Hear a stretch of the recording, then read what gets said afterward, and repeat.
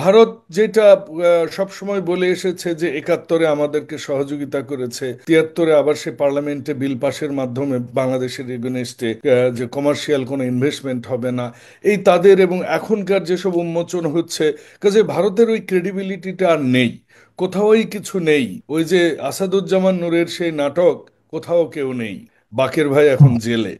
তো ঠিক ওই রকম অবস্থায় এখন নরেন্দ্র মোদীর, তার একমাত্রই যেটা ইউনিক সেলিং পয়েন্ট, সেটা হচ্ছে যে মুসলমান হিন্দু দাঙ্গা লাগানো এবং দায়ভার মুসলমানদের দেয়া। আর আমি ওই যে বললেন কূটনীতি নিয়ে আমার কোনো ধারণা নেই, তবে একটা ধারণা আমার আছে, সেটা প্র্যাকটিক্যাল ধারণা। ভারত এবং বাংলাদেশে আমার থাকবার সুযোগ হয়েছিল কাজের ক্ষেত্রে। আমি ভারতে ছিলাম 2 টার্মে প্রায় 10 বছর। আর হুম। পাকিস্তানকে আমি দুবাই বেসড হয়ে পাকিস্তানে ব্যাপক যাওয়া আসা করেছি। সো ওই প্রেক্ষিতে আমি কিছু ইনপুট দিতে পারি। আজকে খুব সুন্দরভাবেই কিছু শব্দ এসেছে, যেমন টিভি রুমে এখন তুমুল লড়াই চলছে মানে ভারতের, যুদ্ধ টিভি রুমের ভিতরে আর কোথাও নেই। টিভি রুমে হচ্ছে। এই শব্দটার সাথে আগে আমার সিনেমায় বাস্তব, হতো, এখন আর ওরকম সিনেমা করতে দেয় না ভারতীয় সরকার, এখন টিভি রুমে হয়। একদম একদম এই শব্দটা যথার্থই এসেছে।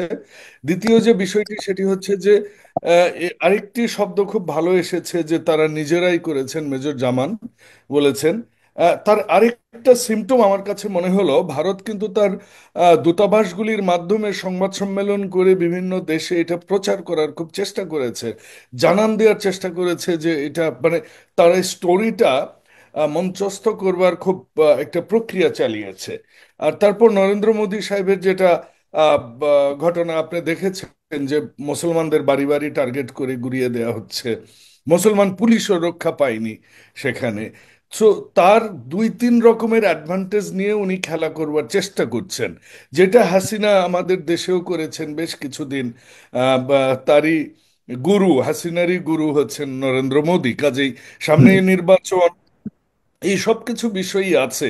কিন্তু তারপরেও যদি আপনি বলেন যে কোন পক্ষের অবস্থান কিরকম, হুম। সেটাতে যদি আসি, আমার ব্যক্তিগত তাদের বিভিন্ন কর্মকর্তা বা প্রশাসনিক কর্মকর্তা যারা আছেন, সচিব পর্যায়ে, তাদের সেই 2005 থেকে 2014 পর্যন্ত তাদের সাথে বিভিন্ন ডিলিংয়ে কথাবার্তায় আমার যেটা মনে হয়েছে, ভারত কোনোদিনও পাকিস্তানের সাথে যুদ্ধে জড়াবেন না।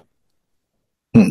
এটার কারণটা হচ্ছে যে আহ, 65টা তাদের খুবই একটা দুঃস্বপ্ন।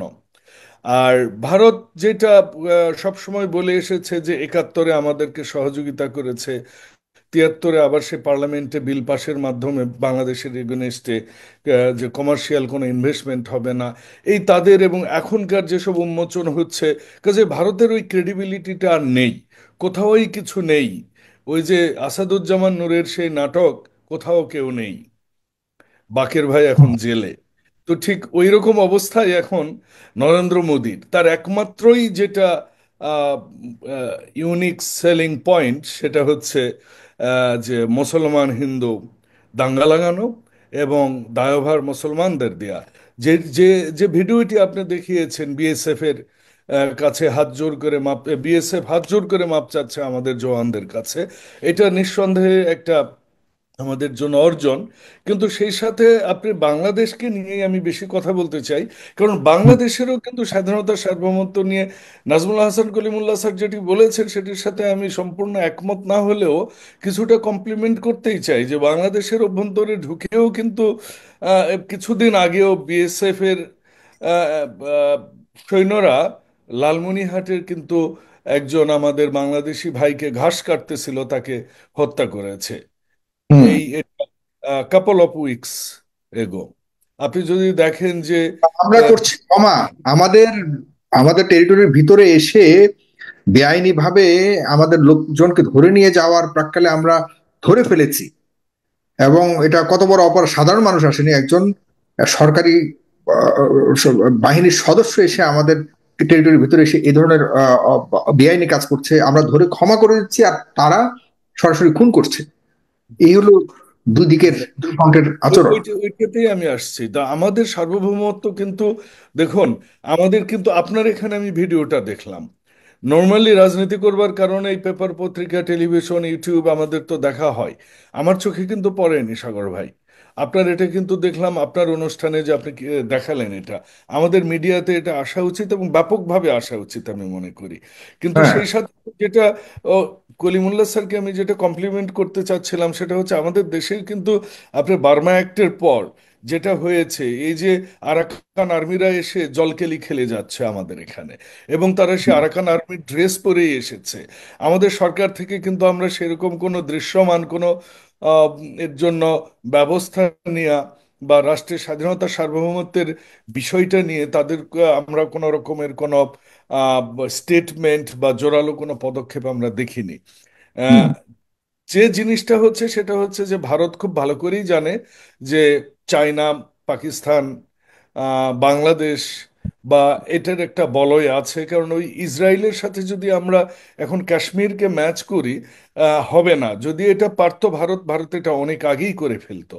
কারণ ভারতীয়দের যে মেন্টালিটিটা সেটা হচ্ছে যে ভারতীয়রা আহ, উম, রাজনৈতিক যে কোনো মতপার্থক্য সত্ত্বেও তারা একটা ব্যাপারেই কিন্তু একমত। আমি দেখেছি কেউ কেউ বলে কংগ্রেস লিবারাল, মোদি হিন্দুত্ববাদী।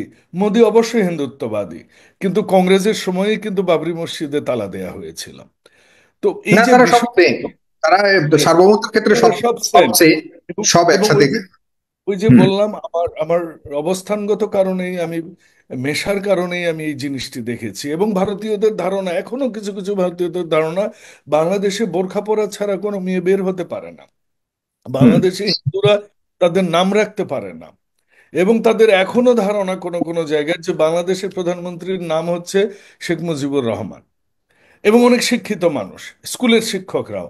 আমি বলছি আমার 2014-15 অভিজ্ঞতা বলছি। So this is the reality of the Bharat country. ভারতীয়রা যে এ, কিসের উপর চলে এটা ভারতীয়রাই ভালো জানে। 65-তে ভারতীয়রা কিন্তু সে জবাব পেয়েছে। 71-এ আমার মনে হয় যে আমাদের বাংলাদেশিদের যে জাতীয়তাবাদ, বাংলাদেশিদের যে ঐক্য, আমার ভারত অবশ্যই বিশ্বের সাথে হয়তোবা কিছু করেছেন, আমি কূটনীতি অত বুঝি না। আমি শিওর মোস্তফা সরওয়ার স্যার এই ব্যাপারে বিশদ একটা ব্যাখ্যা দিবেন, এবং আমরা এক্সপেক্টও করছি তাই। কিন্তু বাস্তব কথা হচ্ছে যে ভারতের কাছে কিছু নেই। ভারত কিন্তু জওয়ানকে এখন রেশনও দিচ্ছে না, লেটেস্ট খবর। হুম। ভারত কিন্তু জওয়ানদেরকে এখন আকৃষ্টও করতে পারছে না। ভারতের এই জওয়ানরা কিন্তু 20 মিনিট পরে আক্রান্তকারীর কাছে গেছে। একটা মোস্ট ভার্নারেবল একটা প্লেসে আর্মি পুলিশ 20 মিনিটেও পুষতে পারেনি। আর এই যে যারা হামলাকারী, তারা গেল কোথায়, কিভাবে গেল, কোন দিক দিয়ে গেল, তারা আসলো কি করে, তাদের ফুটেজ কি, তাদের কি কোনো সিসিটিভি নেই? তারা এসে এখন নিজের দেশের মধ্যে বিভেদ সৃষ্টি করে শুধুমাত্র সরকারি ক্ষমতায় থাকবার জন্য মোদি এখন এটা করছে। এবং এটা খুব বেশি হলে ওই আগের মতো একটু হালকা সার্জারি স্ট্রাইক করবে, কিংবা ওই বেলুচিস্তানের ওই দিক দিয়ে রয়ের মাধ্যমে দু চারটা খুন খারাপি করবে।